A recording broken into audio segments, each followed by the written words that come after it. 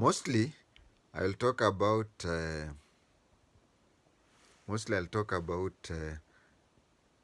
budget reading in the 70s and 80s, to some extent 90s.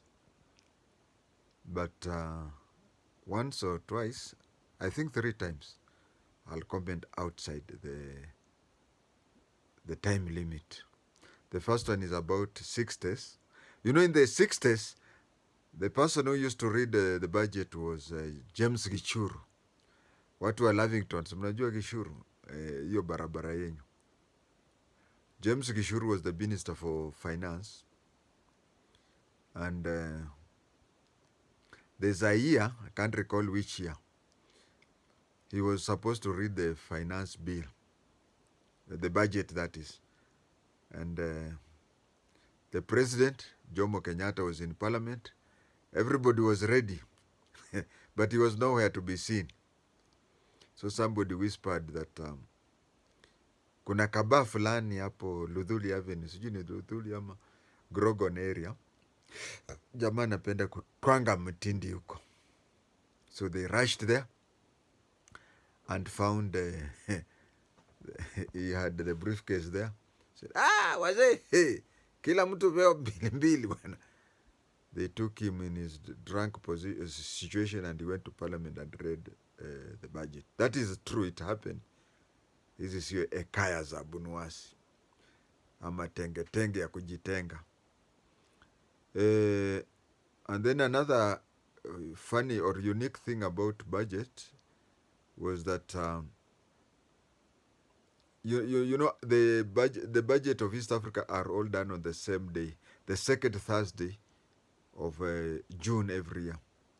But when Other Magugu was the Minister for Finance, he postponed it by 1 week. To date, if there is a reason why he postponed it, I'm not aware. But he postponed it for 1 week. He just went and placed in the Kenya Gazette that they are going to read it in the third week. The other East African countries read their budgets, but Kenya delayed for 1 week. Up to this time, I don't know. I've never been told. Maybe there is a reason. Another thing is, have you noticed that the Minister for Finance, he will leave his office with a motorcade like that of the president all the way to parliament. This thing started when Mudavadi was the Minister for Finance. Actually, what happened was he had prepared his budget, and as he was heading towards the parliament, he arrived at the parliament, and then the opposition were trying to outshout him. I understand that if the budget is not read on that day, on the second Thursday of a week of June, there could be a crisis, a constitutional crisis. So the opposition MPs wanted to make it impossible for him to read the budget, and they wanted to make it impossible for him to read the budget so that we have a constitutional crisis. But he read the budget, and you see, he read very fast. If those of my age can remember, he read so fast, and he was he was shouting into the microphone so that the Hansard can record his budget speech. Those are the 3 unique things. There could be more. I can repeat the 3 unique things is that first, there was the Gishuru Uko Coast Bus in a bar. Then there is Magogo postponing him for 1 week, and Mudavadi reading while it was, they were shouting. Later on, Mudavadi came and realized, he had only 1 speech, and if they would have taken it and teared it, he up to today says he doesn't know what would have happened. He's just lucky that one of the opposition MPs did not think of that. That is when it was decided that the speeches or even the briefcase is more than 1. There is 1 hidden somewhere, And that is why you find that even when the Minister for Finance is going there, he has a proper escort so that nobody can tunya him the briefcase. Now back to the budgets of the 70s, 80s, and 90s. After saying about the budgets of 70s, 80s, and 90s, I'll tell you how the budget happened when I was in Form 1, and it informed my love for economics. That is why in a technical school, Nairobi Technical, I did commerce for my O levels, Form 4, and Form 5 and 6, I did economics. But that one will come after I've explained. Those years, we used to have something called Cold War. And then we had three types of economies. There was the fixed economy, which was being practiced by the Eastern countries. And then there was the free economy. Which was being practiced by the Western countries. And then we had a middle ground, which was called mix. That one was fixed with a F for Foxtrot, and this one was mixed with M for Mike.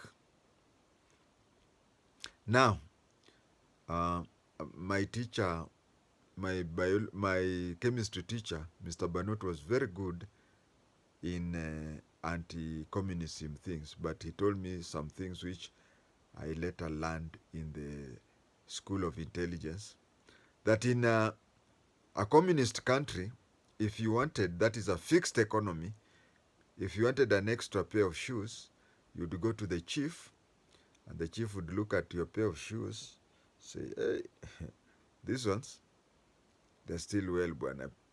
Just take it to the fundi, azungushe kamba yote. So the government controlled the number of items you had, how many pairs of shoes, how many suits, I mean, whatever, and how many cars, how many houses, such things. Everything was controlled. And even the salary, someone could be the minister and you could be an office messenger, but they were trying to equalize things. You are only a boss when it came into dealing or handling issues. But free economy, you are free to do anything. You are free to have 1,000 acres when your own brother maybe does not even have an acre. This is what in Swahili they call uchumi wa bipepari. That is where free market things would happen. But in a mix with a mixed economy, is that things were free to be done whatever, but essential items were controlled by the government. The essential items were controlled by the government. So those years, you'd find that even the president himself had very little or no knowledge of what the Minister for Finance was doing, and he was even listening to the budget for the first time, because the Minister for Finance was given the authority to collect so much and then come and plan that. That is what used to happen. And I remember when I was in Form 1, I visited my cousin brother, Nasongo, Joseph Nasongo Mulanda, and I noticed that he was hoarding some things.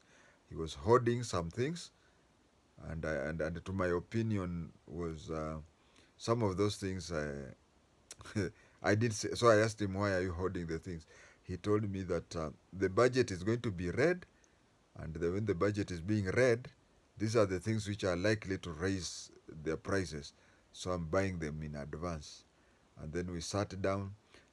I think, if I'm not wrong, if I have to praise anybody for my love for economics, then it is for my cousin brother, Joseph Nasongo Mulanda.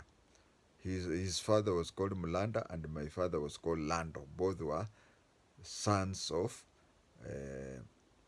JI-TENGE, but through different. Mlanda, Mlanda's mother was different from Lando's mother, but they were both sons of God. So Mlanda's son Nasongo, when I had visited him, he told me about economics and whatever, and that was when I was in Form 1. And then that very same week, I sneaked out of school. When Kibaki was reading the budget, I went and sneaked out of school to listen to the budget. I did the same thing in my Form 2, Form 3, and Form 4. The way things were happening, before I tell you about my opinion about budgets those days, is that the government would control. Those are the days when Kibaki would, or later on after Kibaki was Saitoti, and then from Saitoti, there was Magugu a bit, then there was Masaharia, from Masaharia, then there was Mudavadi. Those years is that he would give a speech of how he's going to raise so much money, and he says that the government would need, let's say, like today, the government needs 4 trillion shillings. So he'd say the exchequer would need 4 trillion shillings, and this is how I plan to raise. That is how I'm planning to raise budgets from this and that, money from this and this. After giving that in a suit and whatever, then later on, we could see there was only one TV station then, which was called Voice of Kenya. Today it's called KBC. He would now have dressed differently, no tie. He had a shirt like this one, and then there is when he would be telling Kenyans that from midnight to night, and he started. He would even mention things, uh, the prices of of items starting from midnight today. In those days, we had people in the Ministry of Trade, and they were called price inspectors. A price inspector could come to your shop and say, how much do you sell sugar? And you'd say, I sell so much. Maybe you have added a shilling or 50 cents, and he would tell you, nipimie sukari kilo, and then give me a receipt. But as you prepare the receipt, then you'll be arrested by the price inspector. But nowadays, you find that nowadays, you go to a place, you find the various items, they say this and that, they write RPP, recommended retail, recommended RRP, yeah, it is RRP, recommended retail price, which means that they are recommending that price. If you are a shopkeeper, you decide even to sell double, there's no charge. It's only that your neighbor would sell. So that is today, after the fall of communism, after the fall of fixed economy, which we call it communism, now every country moved towards free economy, and that is why today you cannot be charged with selling things over price. Now, in brief, budgeting is the budgeting like you do in when you earn money. Especially, let me talk of those people who are salaried. You get a salary at the end of the month, then you budget. This one will go to rent, this one will go to electricity, this one will go to school fees, etc. That is how the government does. After getting the 4 trillion, that is what they want to use, and this is what they want to use. That is the purpose of budgeting. And then the other, I've seen people complaining. I've seen people complaining that and this mostly they are the middle-aged middle class people. They complain that don't tax bread, don't do that. That is good. Don't tax bread, because it will affect the common man. But you see, you have to tell the government, if you don't tax bread, where will the government get money? And if you see, the budget has to be read this Thursday. If it is not read, then we have a constitution. So if you say don't tax bread, don't tax this and that, without giving an alternative, the government will agree so that you pass the budget the way it is. 3 months down the line, they'll come back and say, we have no money in the exchequer. So they'll come and overtax other things. So it is better you pass everything on the budget day. Uh, Back to the 70s, I used to like the way Kibaki would talk, even though, especially when I was in Form 1 to Form 4, the four budgets, I never understood a thing. He would just say that the exchequer, I didn't even know the exchequer what was do that, and he would talk of needing. Those days, like today, they are talking of the government wanting 4 trillion shillings. Those days, he used to read and say, we want to get 4 million, 4 million pounds. He used to talk of Kenyan pounds. That is when later I think they decided that we should make it that simplify for other people. When I joined Form 5, and I did economics, that is when it was part of our lesson. It was part of our lesson. We could go to the school dining hall. Bungoma Boys is a boarding school. So we could go to the dining hall and we'd listen, and we had pens and whatever, and we could discuss it.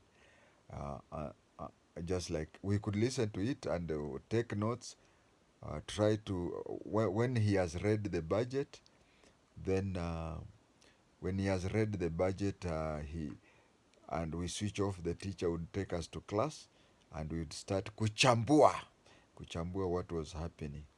And that is how I'm trying to explain how the budgets of those years they were. You'd find many Kenyans who are listening to it understanding zero. They would wait until evening in the news when Kibaki would now simplify it and say, kuanzia kesho asubuhi, such and such a thing has its budget price been raised by 2 shillings or 3 shillings. And that is what the Kenyans did understood by budget. Otherwise, that thing of trying to say we'll get this and that. Lastly, I would tell my viewers that maybe we should start with the kids who are in grade 3, because in Kenya, we usually don't want to be taxed and we want to get a lot of services. You find, if that, remove everything, and then we want tarmac up to our door. The current government, if it wants, it can still push payment of our taxes to the next government 10 years time. But we have to bite the bullet and solve our financial, so that those kids who are young, they not only grow up liking to pay taxes, but they should also grow up with no tax burdens from us. What some past government had done, especially the Uhuru government, was to push the taxes ahead. So we have to bite the bullet and we have to agree to be taxed more, so that we solve our current and future financial problems. Any other comment will come. Any other question will be answered in the comment section. Thank you.